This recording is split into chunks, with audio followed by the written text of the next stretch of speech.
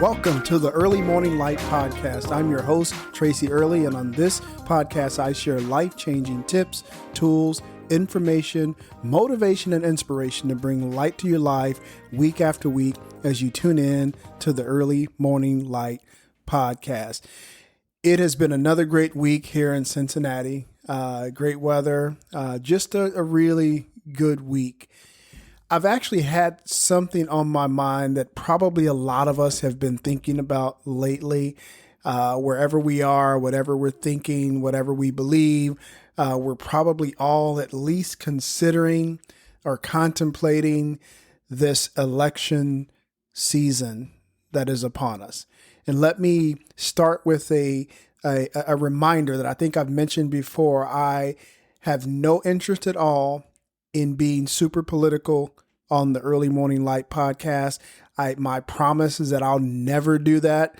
That's never going to be a part of what we're doing with the Early Morning Light Podcast. It just doesn't fit. It's not what this podcast is about. So if you're ready to tune out because I mentioned something that could be political, just hang in there.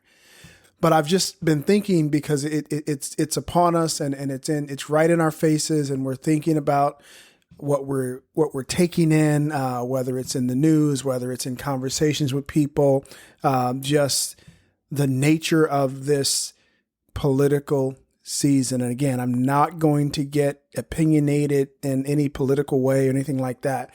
But I was just thinking the other day about just where we are, and I was reminded of the poem by the great Langston Hughes, one of my favorite poets. I used to recite some of his poems in high school, just one of my favorite.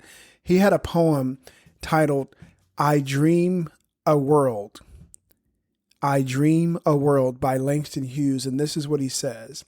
"I dream a world where man, no other man will scorn, where love will bless the earth and peace its paths adorn.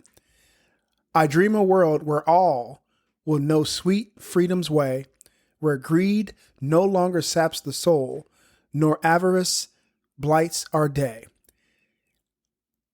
A world, I dream, where black or white, whatever race you be, will share the bounties of the earth, and every man is free, where wretchedness will hang its head, and joy, like a pearl, attends the needs of all mankind.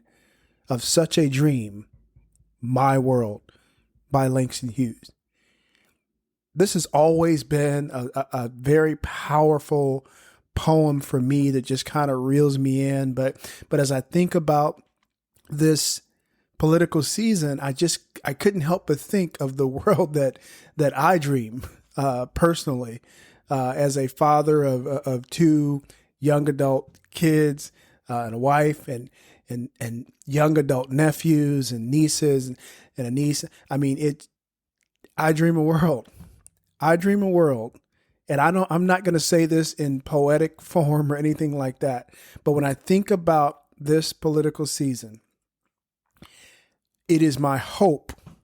It is my dream, as Langston Hughes would say, that we can maintain some level of civility, that we can maintain some level of love for our neighbors, love for people on the other side of the political aisle or whatever you call it, that we can maintain a sense of patriotism, that where everyone is valued and appreciated.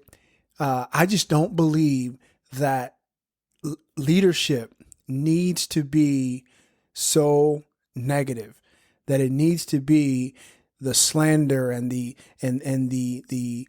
just the rude comments and stories that people are sharing about their opponents. I mean, I just don't think it has to be that way.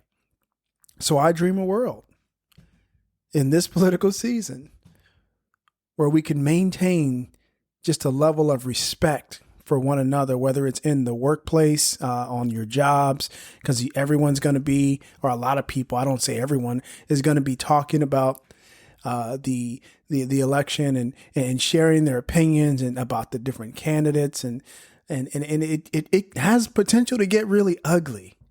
And I personally just don't enjoy that. I just don't, because I don't think it's necessary. I think we can have opinions. We can have our the candidates that we support and for whatever reason, and we can believe what we want to believe, but we can also be respectful of one another and agree to disagree. As an adult, we've all heard of the concept of agreeing to disagree. I think that's so important that we're able to do that. And one of the reasons why this has been so heavy on my heart is because I've been trying to assess some of the young people I work with, including my own kids, and we've had some brief conversations with them about the election and the candidates and just the whole process and encouraging them to vote and all of that, to be active in the process, to engage in the process.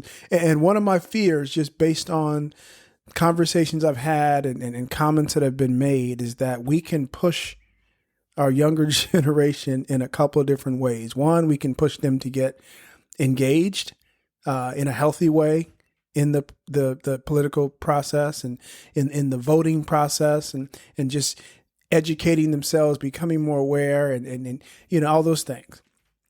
So we can push them to be more engaged. Another avenue that we can send them down is that we can push them to be maybe disillusioned or frustrated with the process based on what they may be hearing or seeing. If we're not being civil, if we're not being respectful of one another. I mean, who wants to, as a young person who's just beginning to engage in the process of voting and the political process, who wants to jump into that?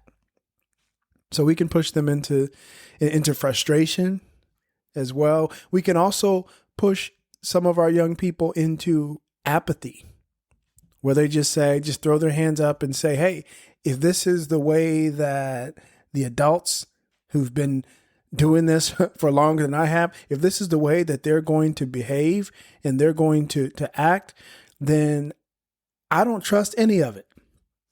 So I'm just going to stay on the sideline and just live my life. I think that's dangerous.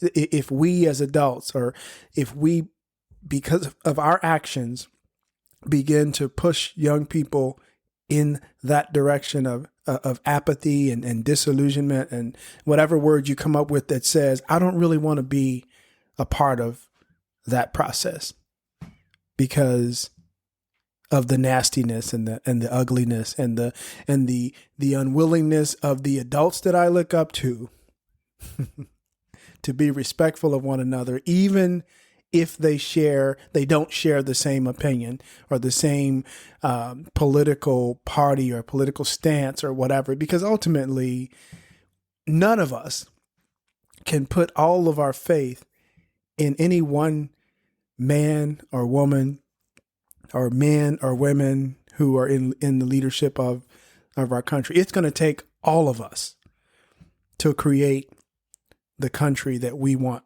to live in, to create an America that we all want to live in, where everyone is valued, everyone is respected, and we're moving towards those things that spell America. It's going to take all of us. So no one candidate can make that happen anyway.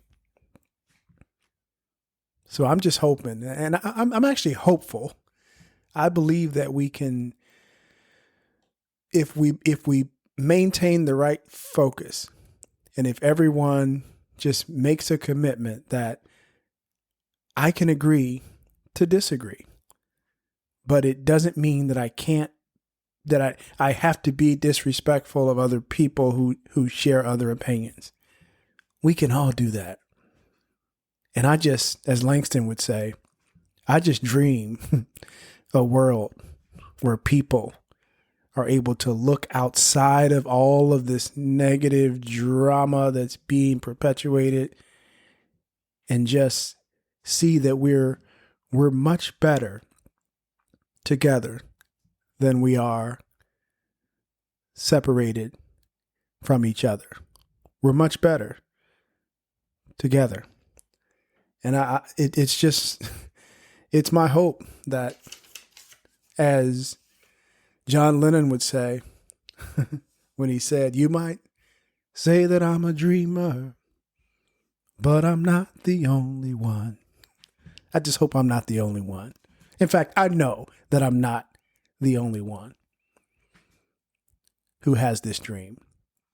So as we enter this political climate, my prayer, my hope for everyone who is engaged in this process is that you don't give up hope on civility, on respect for one another, on the America or the country that you want to live in, that as you engage in the process, that we can keep things in perspective and stay away from the drama.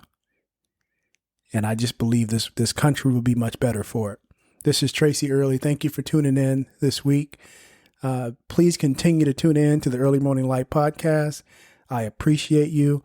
And please look forward to further episodes in which I try to bring light to your life through the Early Morning Light podcast. Talk to you soon.